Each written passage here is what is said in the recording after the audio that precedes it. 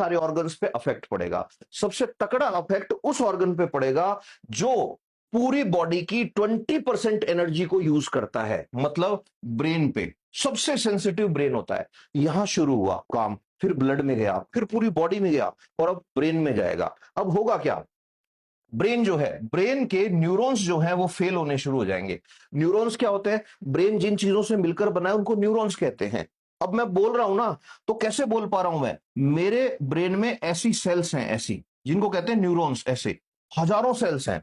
वो सेल्स ऐसे कंटिन्यू एक दूसरे से बात कर रही हैं, तब मैं बोल पा रहा हूं। अगर यहां पे हीट स्ट्रोक आ जाए तो ये सेल की बात इस तक नहीं पहुंचेगी, इसकी इस तक नहीं पहुंचेगी, तो क्या होगा, उस टाइम सबसे पहला खतरनाक सिम्टम आएगा, आदमी को कंफ्यूजन होगा। कंफ्यूजन मतलब हो सकता है ऐसी बात है, मैं कौन हूं, क्या कर रहा है तू, कोई भी पुरानी बात करने लग गया, ठीक है, बहकी बहकी बात जिसको कहते हैं, बोल नहीं पा रहा ढंग से, स्लर्ड स्पीच हो गया, ऐसी, ठीक है। फिर सीजर्स, सीजर्स क्या होते हैं, ऐसे ऐसे ऐसे ऐसे दौरे आ रहे हैं, और ये अगर आ गए इसके बाद कोमा में जाएगा। अब ऐसा अगर हो गया है तो इसके बाद भी अगर हॉस्पिटल नहीं लेके भागे, तो उसके आगे फिर भाई हार्ट जो है वो भी, किडनी है वो भी, लिवर भी है, सारे ऑर्गन सिस्टम फेल होने लग जाते हैं। जब किसी के मल्टी ऑर्गन सिस्टम एक साथ फेल हो जाए तो क्या होगा, डेथ होती है आदमी की। तो इसका मतलब हीट स्ट्रोक छोटी मोटी चीज नहीं है, बहुत खतरनाक चीज है। इसीलिए एक दिन में 16-16, 20-20, 100-100, 200-200 लोग मर जाते हैं इससे। जवान हो, बूढ़ा हो, कोई हो, ये नहीं दिखेगा कि क्या उम्र है आपकी। अब सबसे इंपॉर्टेंट चीज आती है कि इसमें खतरनाक साइन कौन से हैं। खतरे के साइन है, गर्मी लगी है और आदमियों को कंफ्यूजन हो रहा है, बिहेवियर उसका चेंज हो गया है, बोल रहा है उसमें लड़खड़ा रहा है, दौरे आ रहे हैं, स्किन जो है उसकी गर्म है और ठंडी है, ध्यान सुनना, गर्म है और ठंडी है, या फिर बहुत ही ज्यादा स्वेटिंग हो रही है उसको एकदम से, हार्ट रेट बढ़ी हुई मिलेगी उसकी, कॉन्शियसनेस चली गई, मतलब उसको एकदम से ऐसे लग रहा है जैसे बेहोश हो रहा है। ऐसी कंडीशन में आपको एक नियम याद रखना है जिसको डॉक्टर्स कहते हैं गोल्डन आर। गोल्डन आर का मतलब क्या है, ये बहुत इंपॉर्टेंट चीज है। अगर आपको पता लग गया कि हीट स्ट्रोक के सिम्टम आए हैं, हीट स्ट्रोक के सिम्टम आए, और हीट स्ट्रोक के सिम्टम आने के 30 मिनट्स के अंदर अंदर, 30 मिनट के अंदर अंदर आप उस जगह पहुंच गए जहां आईपीडी की फैसिलिटी है, ठीक है, आईपीडी मतलब पेशेंट को एडमिट करने की सुविधा है, तो ये मान के चलो 85% चांसेस हैं कि डॉक्टर आपकी जान बचा लेगा 30 मिनट के अंदर अंदर। लेकिन आपने अगर टाइम खराब कर दिया और आप इधर उधर ये सिर पे पट्टियां वट्टियां रखने में ही रह गए, और ऐसी कंडीशन अगर हो गई, तो भी डॉक्टर ये कहते हैं कि 60 मिनट तक अगर ले आओ, 30 मिनट से 60 मिनट तक हमारे पास ले आओ, तो भी हम 40% केसेस में जान बचा लेंगे। 60% केसेस में हो सकता है आईसीयू में जाए फिर जान बचे, लेकिन बचा लेंगे जान। इसको कहते हैं गोल्डन आवर रूल। ये जैसे जैसे टाइम आप बिताते जाओगे, बचने के चांसेस कम होते जाएंगे। रीजन मैं बता चुका हूं, पूरी बॉडी में भूचाल आया हुआ है, इसको सेप्सिस बोलते हैं, अंदर सेप्टिसीमिया हो गया है। सेप्सिस का मतलब पूरी बॉडी में इंफेक्शन फैल रहा है बहुत तेजी से। तो इसलिए इसके अंदर एक लाइन कहते हैं कि एवरी मिनट इज इंपॉर्टेंट। हर एक मिनट जो है ना वो जान बचाने के लिए कीमती है, तो तुरंत लेके भागना होता है। तो अगर आप देखोगे तो मैंने यहां पे भी इसमें ये डाला है, ये जो इमेज है इसमें भी क्या डाला है कि भाई मेडिकल इमरजेंसी है ये, इस कंडीशन को ये नहीं कहना तबीयत खराब है, ये मेडिकल इमरजेंसी आ गई है बहुत खतरनाक वाली। तो अब आपसे कोई पूछे कि हीट एग्जॉशन और हीट स्ट्रोक में क्या डिफरेंस है, आप बता सकते हो कि हीट एग्जॉशन गर्मी लगना, हीट स्ट्रोक का मतलब भाई तापघात, मतलब भागो तुरंत। अब मैं आपको सबसे इंपॉर्टेंट चीज बताता हूं कि अगर ऐसा हो रहा है तो एक्सपर्ट्स क्या बोलते हैं, डॉक्टर्स क्या बोलते हैं, डब्ल्यूएचओ क्या बोलता है कि क्या करना है। अब जैसे आप क्या करते हो, गर्मी लगी और कि भाई माथे पे ठंडी पट्टी रख दो, तो देखो इसको थोड़ा सा समझो। आप माथे पे बर्फ की पट्टी रख रहे हो, क्यों रख रहे हो, तो हो सकता है कोई ज्ञान दे कि सर इसलिए रख रहे हैं कि ये पानी है, और जैसे ही पानी गिरेगा या ठंडी पट्टी रखेंगे, अब जैसे मान लो ये मेरे पास हैंकी है, हैंकी है नहीं मेरे पास, ठीक है, मान लो मेरे पास हैंकी है और मैंने उसमें बर्फ ऐसे ली, लेकर ऐसे लगा रहा हूं यहाँ पे, तो भाई क्यों लगा रहे हो, कि सर इसलिए लगा रहा हूं कि शरीर की गर्मी खिंच जाएगी यहां से। शरीर की गर्मी अगर खींचना ही चाहते हो तो बर्फ की पट्टी उसकी काख में रखो। शरीर की गर्मी खींचना चाहते हो उसकी जांघों के बीच में रखो। शरीर की गर्मी खींचना चाहते हो उसकी गर्दन के नीचे रखो, यहां रखो साइड में, कि सर इससे क्या फर्क पड़ेगा। शरीर की गर्मी वहां से खींचेगी मेरे भोले बंधु जहां पर मोटी नसें हैं, खून की मोटी पाइप है, यहां नहीं है खून की मोटी पाइप, यहां तो उल्टा नीचे हाथ लगाए तो हड्डी है मोटी सारी, कहां से गर्मी खींच रहे हो यहां से। ठीक है, तो ये हमेशा ध्यान रखना है कि अगर बर्फ की पट्टी भी रखनी है तो यहां रखो, यहां रखो, यहां रखो, जांघों के बीच में रखो, वहां रखो जहां एरिया ज्यादा कवर हो।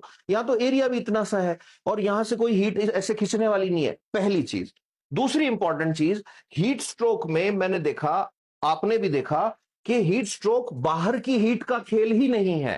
हीट स्ट्रोक गेम है, अंदर चल रहा है भाई भूचाल, बॉडी में इंफेक्शन हो गया है, बॉडी में एंडोटॉक्सिन घूम रहे हैं, बैक्टीरिया अटैक कर रहे हैं, युद्ध चल रहा है, अंदर वॉर चल रही है। तो ऐसी कंडीशन में बाहर रखने से क्या होगा पट्टी, तो फिर क्या करें ऐसी कंडीशन में। एक छोटा सा प्रिंसिपल समझो कि जब भी आप कि स्किन को ठंडा करते हो तो वेजो कॉन्स्ट्रिक्शन होता है, और जब गर्म होता है तो उस टाइम पे क्या होगा। अब देखो मैंने पट्टी क्यों रखी, ये बहुत इंपॉर्टेंट चीज है कि मैंने पट्टी इसलिए रखी ताकि हीट निकल जाए। अब हीट कहां है कि हीट साहब ब्लड के अंदर है। तो अब देखो ये एक ब्लड वाली वेसल है, खून जिसमें बह रहा है ना वो पाइप है ऐसे। अब मैंने क्या किया, मैंने यहां पे रख दी बर्फ या ठंडी पट्टी। अब जैसे ही बर्फ या ठंडी पट्टी रख दी तो क्या होगा पता है, होगा ये कि ये सिकुड़ जाएगी। क्यों सिकुड़ जाएगी, वेजो कंस्ट्रिक्शन इशू कहते हैं, ठंड में चीजें सिकुड़ जाती हैं। तो ये सिकुड़ गई ऐसे, तो जिसमें ब्लड बह रहा था वो बिल्कुल सिकुड़ गई। इसको समझना है तो थोड़ी देर है ना बर्फ पे हाथ रख के देखना, आपका हाथ सुन्न होने लग जाएगा। रीजन वेजो कंस्ट्रिक्शन हो गया, वहां की स्किन देखना टाइट टाइट सी हो जाएगी ऐसे। तो अब ये सिकुड़ गई, अब ये सिकुड़ गई तो ब्लड जितना बह रहा था उससे कम बह रहा है, ब्लड कम बह रहा है तो हीट जो है ना वो बाहर जाएगी ही नहीं, हीट हो जाएगी ट्रैप। तो इसका मतलब सिर्फ ठंडी पट्टी रखना सॉल्यूशन नहीं है इसका। तो फिर क्या करें सर, आप ही बता दो। तो मैं नहीं बता रहा, डब्ल्यूएचओ क्या बता रहा है, डब्ल्यूएचओ बता रहा है तीन मेथड है सबसे इंपॉर्टेंट। सबसे पहला हाई वेलोसिटी इवेपोरेशन, इसको गोल्ड स्टैंडर्ड माना गया है। हाई वेलोसिटी इवेपोरेशन कुछ ऐसी चीज है, हो सकता है आपके नॉलेज को चैलेंज करे या आज कुछ नया सीखो। सीखो तो नीचे कमेंट्स में जरूर बताना। दो ही बातें बोली है मैंने, काम का लगे शेयर करना, स्टेटस पे लगाना, मैं कभी नहीं बोलता। दूसरी मैंने ये बोली है कि अगर सच में ये नया था आपके लिए तो नीचे बताना कि यस ये नया था, मेरे को अच्छा लगता है आप कुछ सीखते हो मेरे बोलने से। तो ठीक है, अब देखो हाई वेलोसिटी इवेपोरेशन क्या होता है कि आदमी के कपड़े हटा दो और उसके ऊपर गुनगुना पानी छिड़को। सुन लो मेरी बात, ल्यूक वार्म वाटर, थोड़ा सा गर्म पानी उसके ऊपर छिड़कना है। जैसे ही वो पानी छिड़कोगे उसकी बॉडी से इवेपोरेशन होगा। इवेपोरेशन मतलब हीट जो है वो बाहर भागेगी। ठीक है, एक चीज। दूसरी चीज cold water immersion. Cold water immersion सबसे इफेक्टिव है, लेकिन ध्यान रखना है आदमी की उम्र का भी। अब मान लो कोई बहुत बुजुर्ग आदमी है, उसको उठा के प्लंज पूल में डाल दिया आपने, बर्फ का भरा हुआ टब था, लाओ बाबा को इसमें डालो, बाबा भैया जम जाएगा बाबा। उनके लिए ये सही नहीं है, उनके लिए ये वाला सही है। इसमें क्या है कि बर्फ वाले पानी के अंदर आदमी को ऐसे डुबो दो, जैसे डुबोगे ना उसको तो पूरा एरिया जो है उससे हीट खींचेगी, तो आदमी ठीक होना शुरू हो जाएगा। लेकिन फिर वही बात है, अंदर की हीट का क्या करोगे, तो उसके लिए तीसरे नंबर पे आता है इनसाइड आउट कूलिंग टेक्निक्स। अगर पेशेंट क्रिटिकल कंडीशन में है तो इनसाइड आउट कूलिंग टेक्निक सिर्फ हॉस्पिटल में परफॉर्म की जाती है। इसमें क्या क्या आता है, इसमें आता है कि भाई आईवी फ्लूइड ठंडे वाले, फिर कह रहा हूं आईवी फ्लूइड मतलब वो जो ड्रिप लगाते हैं उसको फ्रिज में रखा हुआ है, ठंडा किया हुआ है। और फ्रिज की बजाय मैं यूज करूंगा रेफ्रिजरेटर वर्ड, कि 4 डिग्री सेल्सियस पे ठंडा किया हुआ है, वो चढ़ा रहे हो उसके, उससे खींचती है हीट। फिर गैस्ट्रिक लवाज दे सकते हो। गैस्ट्रिक लवाज क्या है कि आईवी फ्लूइड ठंडा उसको पिलाएंगे और फिर पंप से बाहर निकाल लेंगे, फिर पिलाएंगे फिर बाहर निकाल लेंगे। ये जो है ठंडे फ्लूइड से जब करोगे तो इससे भी हीट बाहर आती है। फिर hospital based advance methods, advance methods में हो सकता है बहुत ज्यादा क्रिटिकल है पेशेंट, तो डॉक्टर जो है उसको कैथेटर डाल के ठंडा करे। ये सारी की सारी चीजें हीट स्ट्रोक के अंदर फर्स्ट गोल्डन आवर के अंदर पेशेंट की जान बचाने का काम करती हैं।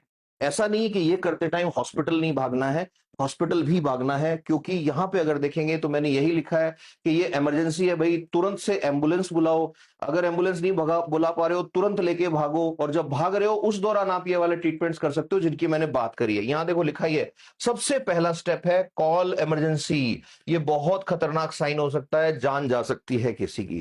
तो होपफुली आपने कुछ चीजें सीखी होंगी, कमेंट्स देखने को मेरे को मिलेंगे। होपफुली आप इसको शेयर करेंगे। Stay happy, stay blessed, and हो सके तो इसे स्प्रेड कीजिए। वो पॉजिटिव नॉलेज जो किसी की जान बचा सकता है, that is worth to be shared by everyone. नमस्ते।